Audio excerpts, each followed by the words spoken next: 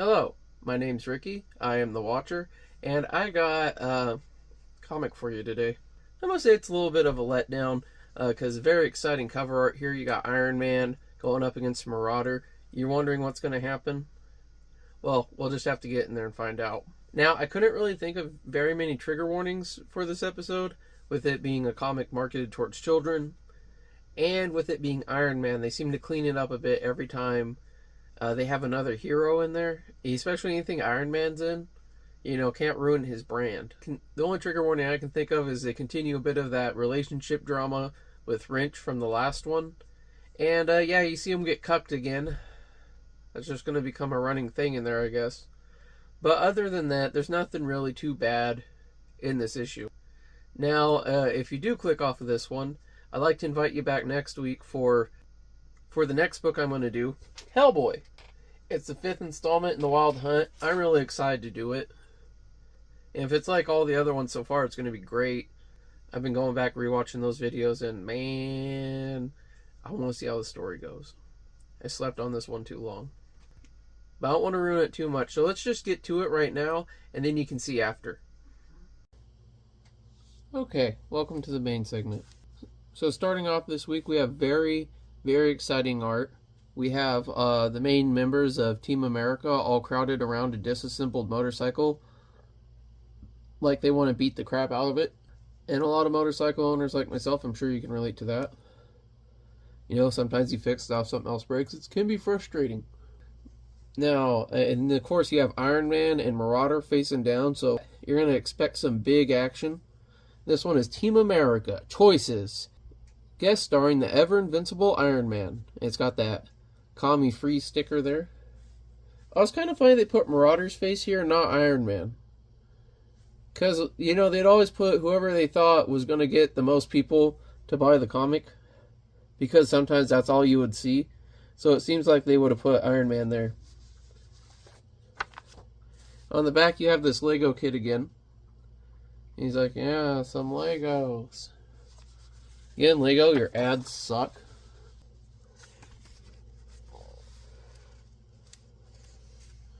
You start off with this Cracker Jack ad that we actually seen in, I believe, the 3rd one. Okay, Scotty, the score is tied. Bases loaded and 2 outs. Get in there and show 'em what you're made of. I'll do my best, coach. In number 15, Cracker Jack. Strike 1. What if I strike out? Strike 2. Whack. Zoom. You can do it, Scotty. You're a Cracker Jack. When you're really good, they call you Cracker Jack. And then crack. Home run. Like, you did it, Scotty. We won the playoffs. What a Cracker Jack. And he's got his little banner there, and they all got boxes of Cracker Jacks. Because they're so delicious. They actually are pretty delicious. And crunchy caramel coated popcorn and peanuts. And a secret toy surprise. I wish they put more nuts in them myself. There's one called Poppycock that, oh my god. So you get to the cover here, Choices. Speaking of choices, beautiful color in the background. They're all sleeping in that camper that Wrench has in this dirty lot with broken glass and whatnot. And Georgina decides this is the perfect place to do sit-ups in front of everybody on the trash and broken glass. So, Brooklyn, New York. Not the best of places to be when you're broke. And Team America is as busted as they come. The best things in life are free. But you can tell that to the birds and the bees. I need money. That's what I want. That's Cowboy just singing there.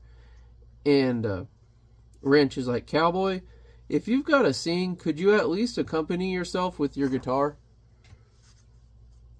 And he's like, I sure would like to, Wrench. But I busted my string, and I can't afford to replace them. Poor old Betsy. And then Georgina, very aggressively doing her sit-ups. Oh, leave him alone, Lynn. It sounded nice. So you might remember that they insinuated that well, they didn't insinuate. He's fucking practically finger banging her in front of everybody. That her and Cowboy are having an affair. And they're not married either, their girlfriend. But they don't talk about their problems. They continue to fight. I mean, like, you know, I feel bad for Leonard, but part of it's on him, too, because he's given plenty of chances to communicate his problems, but doesn't. He just sits there and, like, I mean, I get I've thrown myself into work during hard times, but you can't ignore the problem, dude. It's like, you seem to like just about anything Cowboy does, Georgina. She's like, what's that supposed to mean? Sounds like your boyfriend's might jealous, little lady. And it's like, huh, I wonder why, Cowboy. You know exactly why. I love that he's strumming on a banjo saying he doesn't have strings, so he's just like, I don't know, air guitaring? Nah, when he's not preoccupied with race machines, he's fixing a toaster. That man never has time for me. He is. I had to go back because I didn't even think about what he's doing. He's just sitting there like screwing the inside of a toaster. It's like, I'm trying to kill myself. But then suddenly the banter is interrupted. And Wolf comes up pushing the bike with a big old sack of Taco Rico. When Lynn runs up fast. They're all willing to just put Georgina to the side for food. I mean, like, Lynn and Cowboy are here. Reedy's getting tipped over. Honcho is, like, excited, jumping like he knocked him over. And he's, like, practically like, look, she's having to roll out of the way. Look, it's Wolf with food. Yahoo! Hey! Sorry, Reedy. And Georgina's like, my, something tells me this team is hungry. And this picture right here of Honcho eating the taco looks very odd to me. Just, I don't know, like how he's holding it. The look on his face, and even it's just like lettuce and tomato slices. He's like, good. This is the second one in a row where we've seen him just stuffing his face like an animal. At least he's not trying to talk to people this time. The Cowboy has a drink, so he apparently brought drinks for everyone too. And I find this funny because, again, he's on a bike. Like, how'd you carry the drinks, Wolf? I mentioned before I had a 1991 Lincoln Town Car. And that's a luxury car, and it had 3 cigarette lighters and ashtrays in it. 2 of which were in the back seat. But it had no cup holders. So all the way back in the 80s, like, how did you carry the cups, Wolf? Because El Lobo is just that amazing. Look at him, he's like, I don't know. Friggin', it's the man, not the machine. So, Cowboy's just like, anything edible would be good just about now. Wolf, why were you pushing the bike instead of riding it? He's like, well, I was riding it, amigo, before the engine blew up. And Lynn just drops the taco and drink. What? That was our last bike, so I guess they were down to 1 bike. We're broke. We can't afford to replace it. I told you, I'm not... Oh, you know, I'm sorry I didn't notice this phrase in her earlier. This is not acceptable anymore, but in this kid's comic in 1980s, they wrote, I told you not to let that macho whack ride it. And he tells them, I wrote it to get the dinner. You so greedily attacked Pale Rojo. Easy, Wolf. No one's blaming you. The bike wouldn't have blown if we could have afforded to keep it in shape. Honcho's right. I think it's time we all talked about this here team. And then, soon. Alright, we're broke. We lost our last race. But I've got a design that's sure to win our next competition. And you might remember in the last one, his design's what lost them. That and El Lobo blowing up the machine. Which might be why Reedy is being such a dick to him, but he's always a dick to him, and his language is just making me not like him more. He's like, look, nothing like this has ever been seen before, and I'll give it to him, it looks kind of cool. He's like, it's a beauty wrench, looks just like the Batmobile. But Tech's like, but it won't run without gas. And we can't build it without money. We could borrow money. No way, I joined Team America to earn money, to repay my rich father every cent I ever took from him. I didn't sign on to get further in debt. Well, no one said you have to borrow money, Reedy. Especially from your dad. And I gotta tell you, Reedy is, like, he already wasn't my favorite, but after right now, he's, like, even less my favorite. So you have, Make Your First Adventure, an Endless Quest book. And you have some of these cool Endless Quest books. Some really cool art here with the blue guy and the blue eyes white dragon. And you have this really fun Lifesavers maze, which I love these in comics. So if you want to take a moment to get through here. I'll leave this up for a few seconds if you want to pause and try to do it. Okay. So, me, I'm here because I like to win. I want to prove that American technology is the best in the world, and you got some heavy bleeding here. I believe it's Honcho saying, I joined to use the team as a front for my espionage activities. So at least he's finally honest with them about what he's doing here. He's like, yeah, I'm a secret spy. But I've recently had to choose between the two, and I chose Team America. However, if the rest of you think it's time to quit, and he did not choose Team America. He went off to CIA, got his ass kicked, and showed up too late.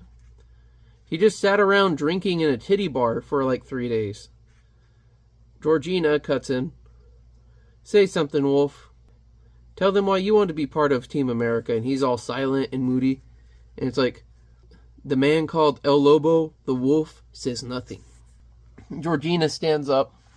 Well, if no one else will stand up for Team America, I will. Alone, you've got nothing. Alone, you've all got unique talents.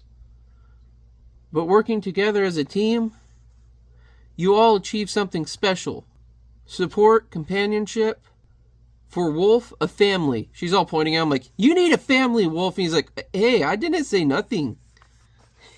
I love the face he's making too. Like, why is she on my ass? Like, I've never talked to you directly.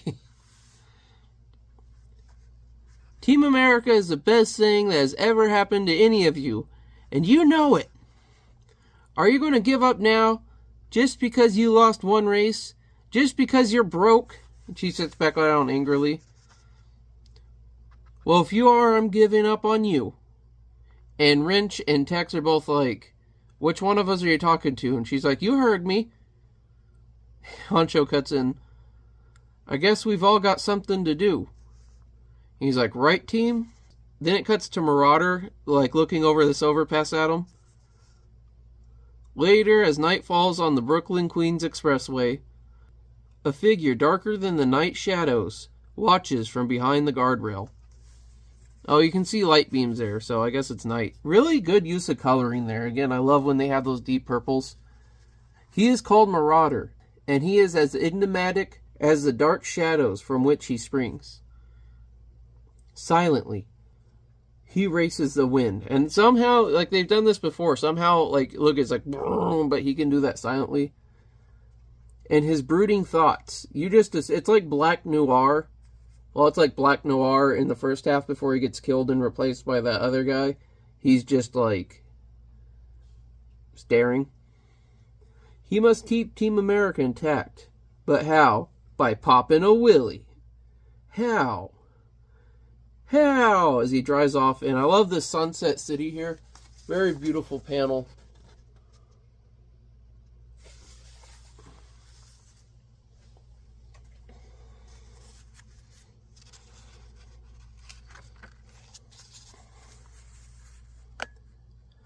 The answer will require a great sacrifice. Verrazano Narrows Bridge to Brooklyn. I wonder if that's a real bridge. Finally, having traversed the entire city, he stops. And then he climbs up the trestle. As dawn renders on the horizon, he stands swept by the wind. The grandeur of the vista is lost on him, however, as he struggles with inner turmoil. I think the Statue of Liberty is facing the wrong way. At last the struggle ceases. A decision has been made. Only then does the sun rise over the sleeping city. So he went up here to be all dramatic and look at the sunrise just to make a decision that is very important to him. What do you think it is? So the next day, they're all sleeping in this very accommodating van. Georgina is surprisingly in bed with Lynn. I guess Cowboy sleeps with his ass up in the air. So, roar, they all wake up. What the blazes? Wrench, is that your idea of an alarm clock? It was a cycle engine revving outside. I like how they're all in their skivvies, but Georgina has like this long, fully covering nightgown. Oh god, she's hugging Cowboy there. So, rushing from the Winnebago, they are stunned by the sight of A motorcycle, a black bike. But who left it? There's a note. M. It must be from our mysterious ally, the Marauder. He has cast a vote for our staying together by giving us his bike. And they're like, Team America's back in business. And Lynn's just sitting there watching as he's, at least he's not pressing, his morning glory on her. But, god dang, they're naked. El Lobo took time. He's like, I have taken time to put on pants. Yeah, this issue's really making me want to get my bike fixed. But as the others celebrate, Honcho thinks to himself, this bike is pretty sophisticated. It could have been revved by remote control. I wonder if one of my teammates is secretly the mysterious Marauder. And God, they're still like, look at them. And Lynn's just sitting there sour as heck. That's his problem. He never wants to say anything. So, having wheels under them again, Team America has been given a second chance. They ride back in style. And on this one bike, they do all the races. Dirt bike racing has seen some pretty spectacular machines, but none to compare with the one ridden today by Team America. They win, whoosh, by a lot. And they win, whoosh, by a lot. And they go on winning. Look at Lobo. He's like, yeah. They're all like fist bumping and cheering and like dancing. This is like the only panel where Cowboy and Wrench are both smiling. I guess his Georgina's not there. Until it seems that nothing on earth can stop them. Punching through the finish line. I want to point out that Wrench is the one, he bought the Winnebago and brought Georgina with him. So it's been like he has been an obsessive fan about this since the beginning. And now she's surprised that he's like too obsessive. I don't know, it's a bad relationship altogether. So, one of them's just like, I think that's this bike is a dream. Better than anything my old man's money could buy. But who paid for it? Who designed it? Who built it? He does this jump off this stump here and skips this whole water part of the race that's slowing everyone down. Zip zoom! Yeah, it's a dream bike. I hope it doesn't disappear when we all wake up. And he crosses the finish line. Tech's like, woohoo! But all of R.U. Reedy's doubts receded as Team America claims trophy after trophy, winning race after race after race. You got some cool ads, all ones we've seen before. And you have this really cool, I love when they do these Spider-Man ads, and the Spider-Man ad in itself is a comic. So Spider-Man and the Mystery of the Museum. I hope you know what you're doing, Spidey. Leaving those strange magic snake puzzles beside the King Tut Diamond exhibit. He's like, trust me, it's the best trap I can think of to catch that cranny crook Megamind. Later, geez, boss. The fuzz will never figure out how we got the diamond without tripping the alarm. He's like, he looks very French. I'm going to do him French. Ha, I am the greatest criminal brain. I can't resist a real challenge. The tougher the better. Wait, what is this puzzle? So I like that the jewels are right there. He's like, no, I must stop and do this puzzle. He could have just stole it and left, but he actually sits there messing with it the whole time. Let's see how fast I can put it back into a ball shape. It should be simple for me to solve.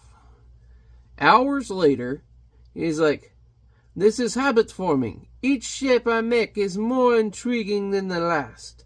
He's like, hurry, boss, it's getting late. We could just steal the thing. But then he starts playing with one. He's, I see what you mean, boss. I'm hooked too.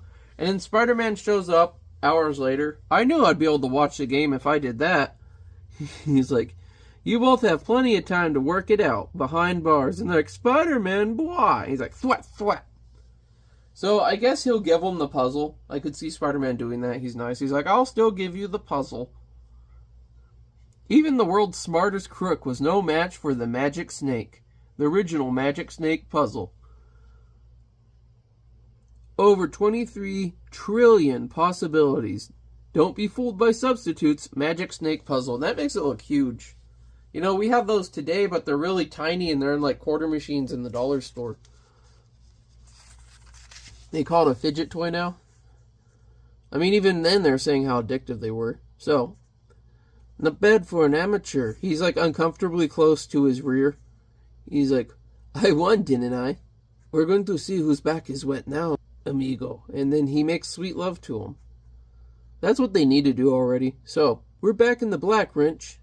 You can build that dream machine of yours.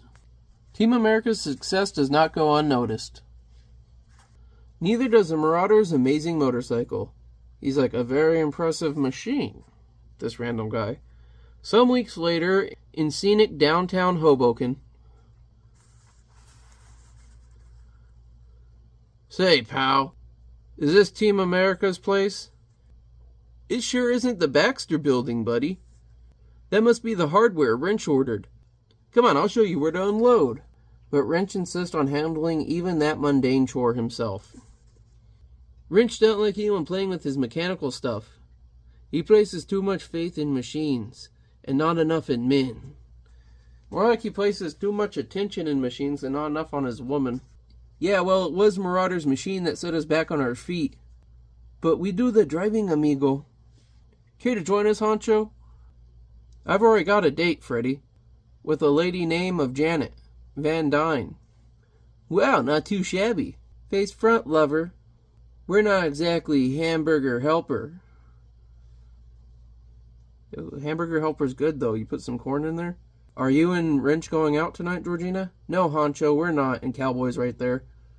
So he goes up to talk to Wrench there. Lighten up a little, Wrench. Why don't you forget the hardware and take Georgina to the show or something? I can't, Honcho. We have a major race coming up. And she's mysteriously gone. Besides, Georgina has already slipped away. Georgina and Cowboy gone? He thinks to himself. And Wrench is sitting there and he's just shrugging at the camera. Wrench must have been so preoccupied with the machines that it's no wonder Georgina felt neglected. Still, I can't picture Cowboy cheating on him. And I love that he puts it on Cowboy. Like, I can't imagine Cowboy cheating on him. Like, their bro code relationship is so strong when Wrench really hasn't interacted with too many people. His reason for being on the team is suspect and fanboyish to begin with, and he's kind of like been an emotional man baby. So he's just like, best to mind my own business, as I shrug at the camera, and he drives off. Moments later, Honcho drives off. That's the last thing he said to him, too. So moments later, Honcho drives off in a rented Continental Mark VI to keep his date with a very special lady, leaving Leonard Heaves alone with bitterness. And look at him, he's sitting there, he's sour as heck. Like, the machine won't disappoint me, but machines do disappoint you, Leonard. You know, like, all the you're the mechanic. All the machines have failed. Like, the last episode, the car broke up, all the bikes are broken. You're the mechanic. You're the one responsible for that, bruh. And here's Georgina with Cowboy on a bike. Elsewhere, Cowboy, do you really think I'm doing the right thing? He's like, yes, ma'am, my penis is always the right thing. You're doing what's best for you, little lady. And they're going to a road closed area. He's like, I'm sure Wrench will understand. I hope so. And I wonder what they're doing. It doesn't really say. I could imagine. So, time passes. Bitterness gives way to anger. Anger to regret. And Wrench is just sitting there crying. You could have said something at any time, and he just starts sobbing at the machine. And regret retrieves to grief. So, days later, it just skips over that. Days later in western Pennsylvania, Team America gears up for their first unlimited class race since a recent debacle in Cairo. So another big car race. He's like, El Lobo, the wolf, will drive our car, Pel Rojo. He's like fun you will. You cost us our last race. And no, he hasn't, actually, because it's shown them do at least 3 different races, and one of those he was winning. but they're specifically referencing Cairo. They just didn't write this very well. And I like that he's like fun, but he'll use like extreme insults with him. And it's like, it's really weird when they pick to like censor the language and not. Oh, it says last issue, in case you're wondering what they're yelling about. Like, that's our explanation for that. So, Lynn, we've got to talk. He's like, we have nothing to discuss, Georgina. And of course, Tex is standing there over him. Honcho's there with his legs really far apart. He's like, TA's coming apart again. He's like, God damn it, you guys make it hard to be a secret spy. He's like, just like at Cairo, we're not functioning as a team. You were in a titty bar drinking for 3 days. You don't know what was going on. Maybe we've pushed too hard, too fast for a comeback. We've got to learn to work together. He's like, no more arguing. I missed the last race, so I'm taking this car. So as Honcho slides into Team America's entry, a furtive figure watches. Although this is only a time trial, Honcho gives it his all. He's like, he's broken every record in the book. And look, this is the only time you ever see freaking Leonard happy or excited. Of course, Georgina is holding on to Cowboy. He's like, Yahoo!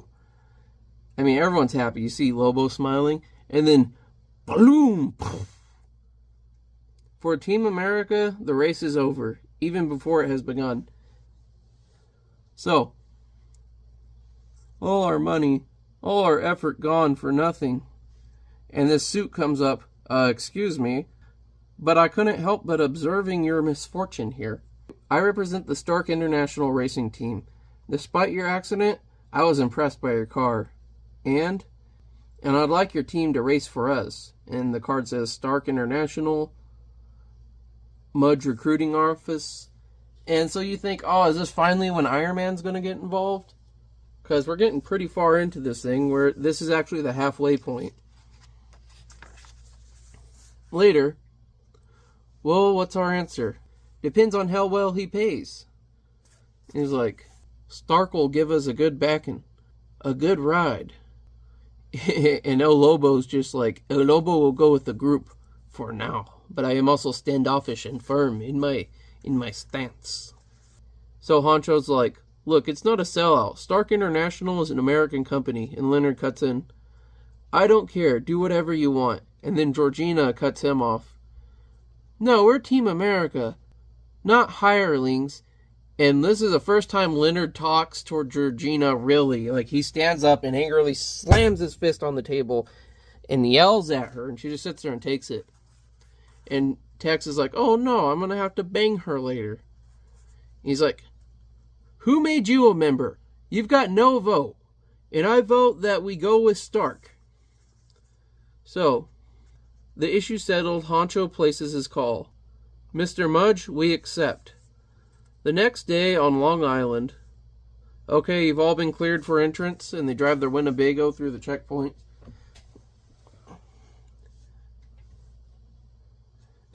Georgina has to stay out.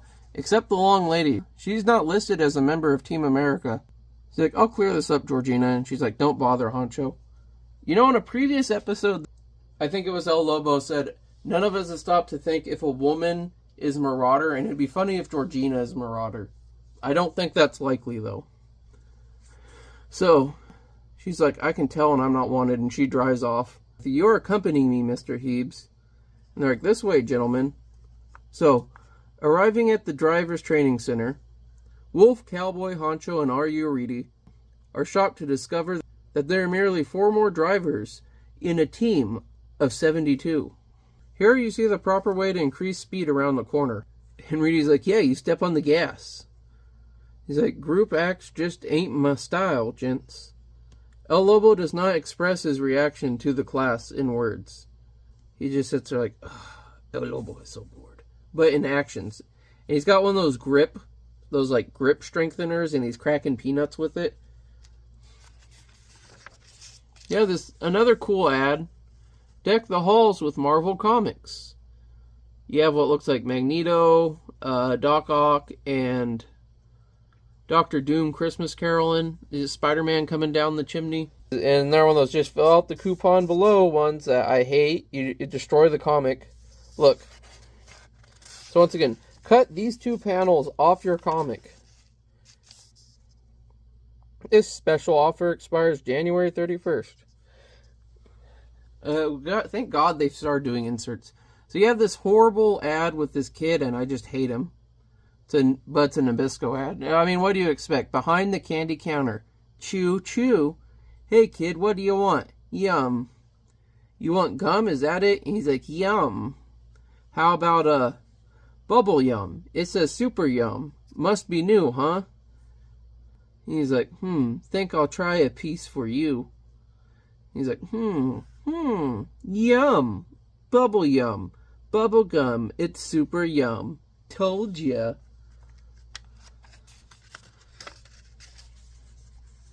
He's sitting there popping peanuts. And the teacher's like, I'm sorry my lecture bored some of you. Perhaps you'll find the simulation a bit more exciting. And they have these little arcade machines here. He's like, what is this toy? He's like, a machine that simulates actual racing conditions. Those who wash out here tend to fail on the racetracks as well. He's like, El Lobo never crashes. Which, if you've seen the last one, it was a big scene of him crashing.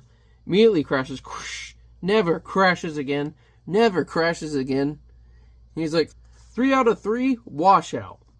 El Lobo emits an animal growl. He's like, arr.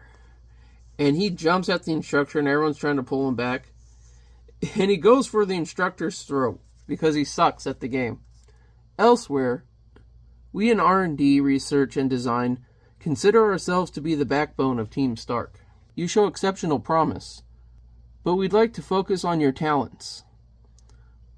What is your specialty? Brakes, transmission, or engines? He's like, I work on everything, the entire car.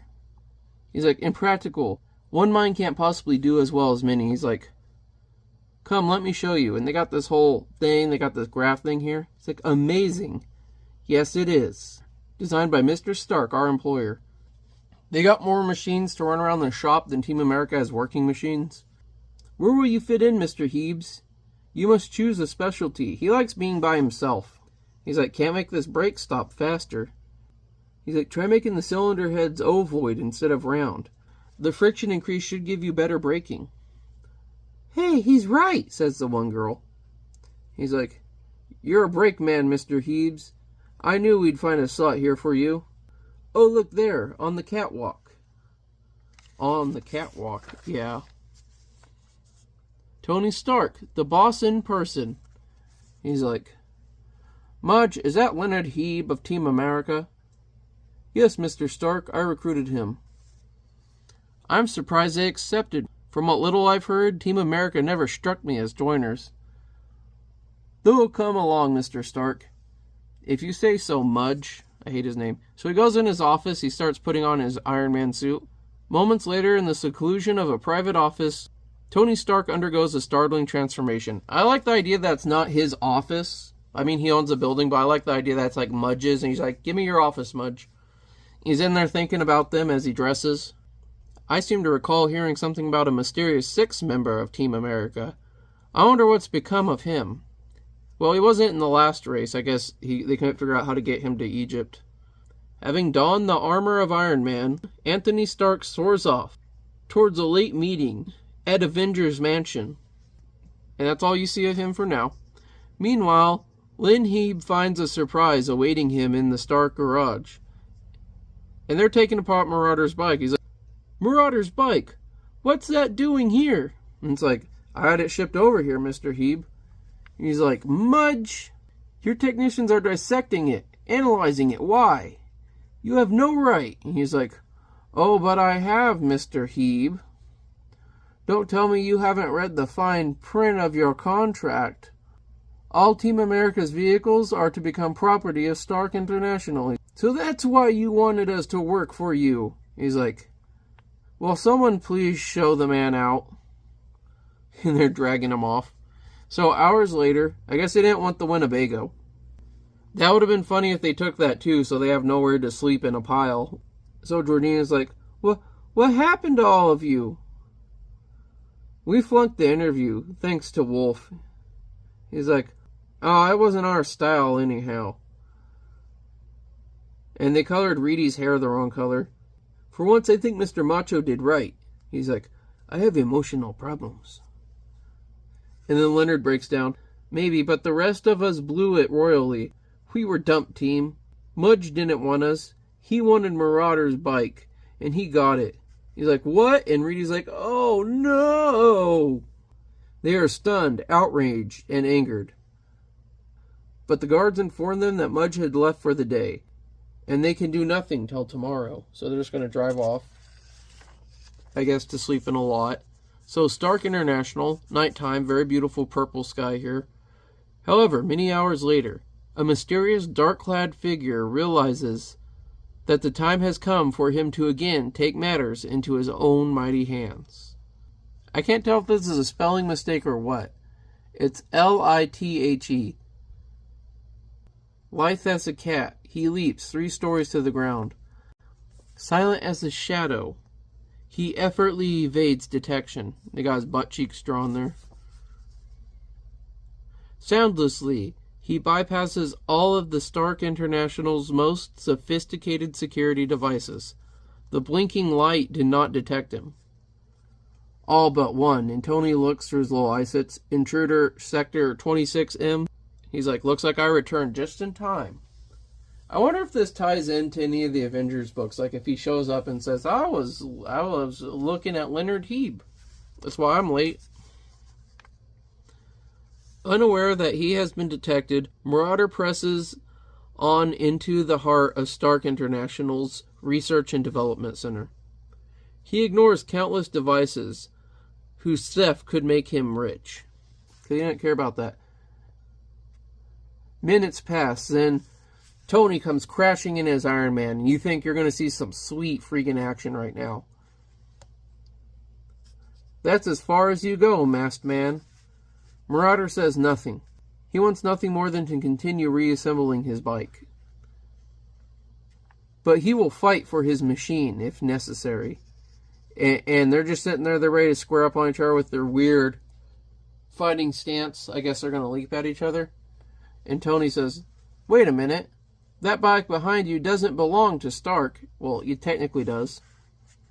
Without words, the masked man signals to the Golden Avenger. He's just like, No, it doesn't belong here, does it? You were fixing it when I found you. It belongs to you, Marauder nods, which is the most he's communicated with anyone this entire comic. I'll remind you that we're on issue 9. I think there's 12 of these, 13 counting the Captain America one.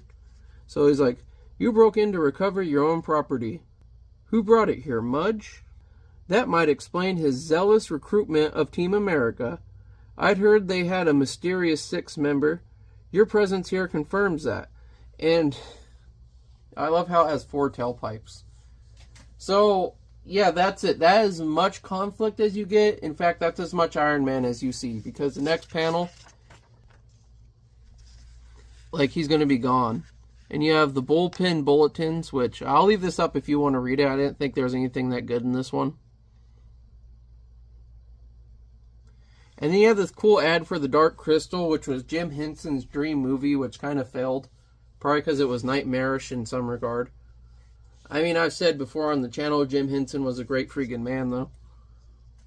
And I mean, it was a beautiful movie, and I appreciate the vision, even though I didn't like looking at those things. So, I'm sorry, the back of his head's in the next one. So then he's gone. And he's like, alright, you take what's yours, I won't stop you, and Marauder drives off. Marauder mounts his bike and rides. But at the garage door, he screeches to a soul-wrenching stop. He turns and gives the Golden Avenger a biker salute, which is a fist. They're power fisting each other. They're like, yeah, brother. So, his honor satisfied, the ebony-garbed enigma wishes into the night. The next day, don't bother announcing us, ma'am, as they burst through this lady, because Mr. Stark will see Team America, whether he wants to or not. We want words with you, Stark. He's like, come in, gentlemen. I've been expecting you. before you start accusing me, I think you should know.